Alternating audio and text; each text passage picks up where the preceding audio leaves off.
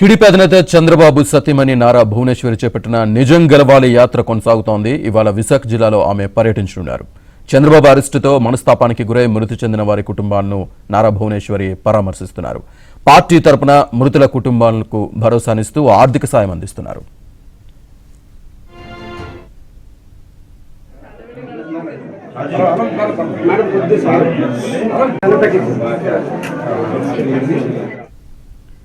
దక్షిణ నియోజకవర్గం వెంకటేశ్వర మెట్ల వద్ద నివాసం ఉండే జాగరపు చిన్న అనే వ్యక్తి చంద్రబాబు అక్రమ అరెస్టును తట్టుకోలేక ప్రాణాలు కోల్పోయాడు. ఇవాళ మృతుడి ఇంటికి వెళ్లిన భువనేశ్వరి కుటుంబ సభ్యులను పరామర్శించి 3 లక్షల ఆర్థిక సాయం అందజేశారు. కుటుంబానికి అన్ని విధాలా అండగా ఉంటామని ఆమె భరోసా ఇచ్చారు.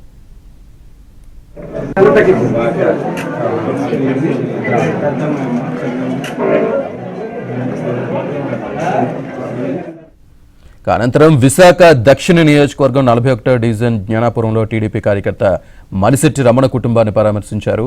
ఆ కుటుంబానికి కూడా 3 లక్షలు ఆర్థిక సహాయం అందజేశారు. ఇదే విషయానికి సంబంధించి పూర్తి డీటెయిల్స్ మా కరెస్పాండెంట్ వైజాగ్ నుంచి నాయుడు లైవ్ లో అందిస్తారు. నాయుడు,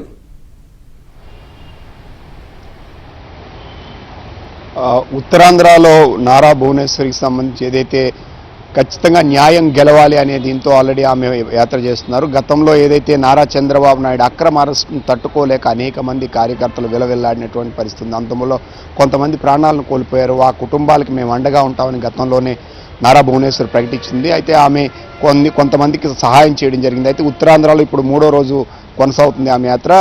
ఇటు విజయనగరం, శ్రీకాకుళం, అటు మన్యం జిల్లా పార్వతీపురంలో కూడా నిన్న ఆమె పర్యటించడం జరిగింది. ఈరోజు విశాఖ జిల్లాలో ఆమె పర్యటన కొనసాగుతుంది. ఉదయాన్నే ఈరోజు ఏదైతే వెంకటేశ్వర మెట్ట వద్ద ఉన్నటువంటి చిన్నవరాను అనే కుటుంబాన్ని ఆమె పరామర్శించడంతో పాటు కుటుంబానికి పార్టీ అన్ని విధాలా అండంగా ఉంటుందని చెప్పి 3 లక్షల ఆర్థిక సహాయం చేశారు. అలాగే రమణ అని జ్ఞానాపురం సమీపంలో ఉన్నటువంటి ఒక వ్యక్తి కూడా టీడీపీ కార్యకర్త ఆయన చంద్రబాబు నాయుడు అక్రమ అరెస్టును తట్టుకోలేక ఆయన కూడా మృతి చెందడం జరిగింది.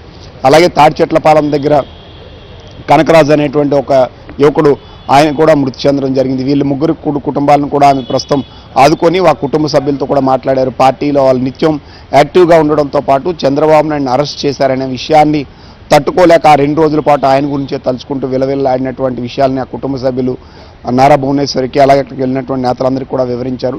సో పార్టీ కోసం పనిచేసే వాళ్ళు, పార్టీ కోసం నిరంతరం శ్రమించే వాళ్ళకి ఎప్పుడు కూడా పార్టీ అండగా ఉంటుంది. మీకు ఎలాంటి ఇబ్బందులు వచ్చినా ఏం చేసినా పార్టీ చూసుకుంటుందనే విషయాన్ని భరోసా ఇవ్వడంతో పాటు పార్టీ కార్యకర్తల కష్టాల్లో ఉన్నప్పుడు ఎప్పుడు ఆదుకుంటామనే విషయాన్ని ఆమె నేరుగా వాళ్ళందరూ కూడా చెప్పడం జరిగింది. వాళ్ళకి ఆర్థిక సహాయం కింద 3 లక్షల రూపాయలు చొప్పున చెక్కులను కూడా ఇచ్చినటువంటి పరిస్థితి అయితే ఉంది. మరి ఇప్పుడు ఆల్రెడీ కొద్దిసేపటి క్రితమే నార్త్లో ఆమె పర్యటన పూర్తయింది. ఇప్పుడు గాజువాక నియోజకవర్గంలో కూడా ఎవరైతే బాబు అని అలాగే మరొక 2 కుటుంబాలను కూడా ఆమె ఇప్పుడు కాసేపట్లో పరామర్శించబోతున్నారు. ఆ కుటుంబాలను పరామర్శించిన తర్వాత విశాఖ నుంచి ఆమె బయలుదేరుతారు. ఆ కుటుంబాల్లో కూడా వాళ్ళు కూడా టీడీపీకి ఆరంభం నుంచి పనిచేసిన వాళ్ళు చాలామంది. బాబు అనే వ్యక్తి ఏంటంటే పూర్తిగా టీడీపీకి సంబంధించి ఎలాంటి కార్యక్రమాలు జరిగినా, ఏ కార్యక్రమాలు జరిగినా నిరంతరం పాల్గొనడంతో పాటు సో ఆరంభం నుంచి కూడా ఎన్టీఆర్ సమయం నుంచి కూడా జెండా పట్టుకొని తిరిగినటువంటి వాళ్ళు కూడా అక్కడ ఉన్నారు. వాళ్ళంతా కూడా చంద్రబాబు నాయుడు అరెస్ట్ని పార్టీలో ఆయన ఎప్పుడు తప్పు చేయరు, తప్పు చేశారనే నింద మోపి ఆయన అక్రమంగా అరెస్ట్ చేశారు, ఇది దారుణం